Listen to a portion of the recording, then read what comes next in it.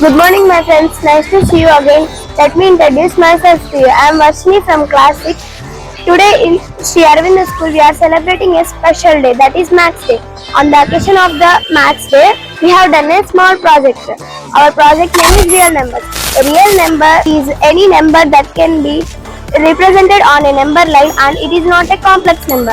Real numbers are divided into two categories. Those are rational numbers and irrational numbers. Rational numbers, for example, minus 5, minus 1 by 3, 0 and 5 by 6.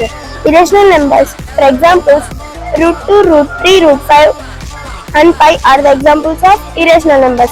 Rational numbers are divided into two categories. Those are integers and fractions. Integers, for example, minus 1, minus 2, minus 3, 0, 1, 2, 3 are the examples of integers.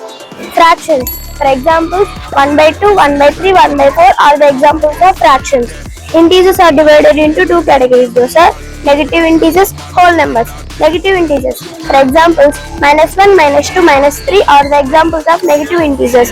Whole numbers are start with 0. For example, 0, 1, 2, 3 are the examples of whole numbers. Whole numbers are divided into two categories. Those are 0, natural numbers. 0 is the example of 0.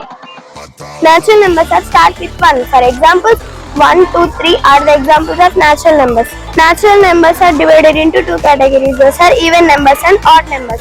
Even numbers are completely divisible by 2. For example, 2, 4, 6, 8 are the examples of even numbers.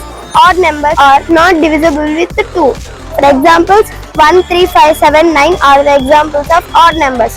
Prime numbers is divisible by 1 and itself. For example, 2, 3, 5, 7, 11, etc. are the examples of prime numbers.